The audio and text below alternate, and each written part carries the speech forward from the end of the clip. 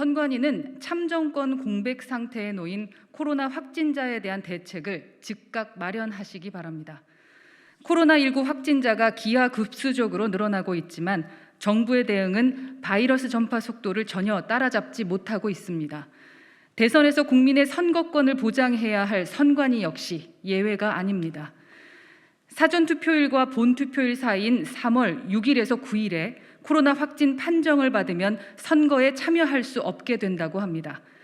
현재 규정에 따르면 코로나 확진자는 우편투표나 생활치료센터에 설치된 특별 투표소를 이용해 선거에 참여할 수 있습니다. 그러나 이러한 방편도 사전투표 제도에 제한되기 때문에 사전투표일이 끝나고 난 다음 확진 판정을 받은 사람들은 선거에 참여할 길이 막혀버리는 것입니다. 현재 사흘 연속 확진자가 2만 명대를 기록했는데 한 달 후에는 10만 명을 넘을 수 있다는 예측이 나오고 있습니다.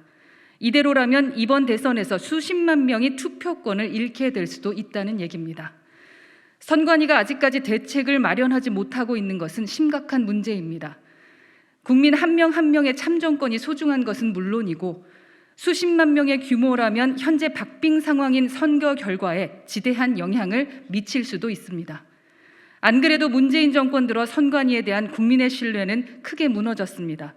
사전투표에 대해서는 일각의 의심이 끊이질 않고 지난 재보궐선거에서는 TBS의 일합시다 캠페인에 대한 판정 등 편향된 태도를 보였으며 최근에는 조혜주 상임위원 알박기 논란까지 있었습니다.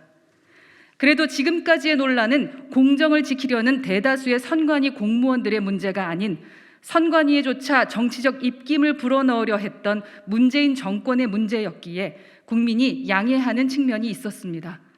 하지만 지금 코로나 확진자의 투표권 상실 문제는 결이 다릅니다. 이는 국민의 기본권을 전면적으로 빼앗을 수 있는 일이고 선관위의 태도와 능력에 대한 국민의 근본적 신뢰가 걸린 일이기 때문입니다. 더욱이 정권 교체에 대한 국민의 여론이 압도적인 상황에서 선관위가 국민의 투표권 보장에 소극적이라면 지금까지와는 차원이 다른 편향성 논란까지 발생할 우려도 큽니다.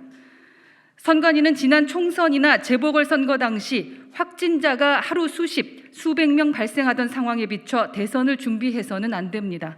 상황이 급속히 변했다면 선관위도 그 속도에 맞춰 투표권을 보장할 방안을 신속히 마련하는 것은 당연한 의무입니다.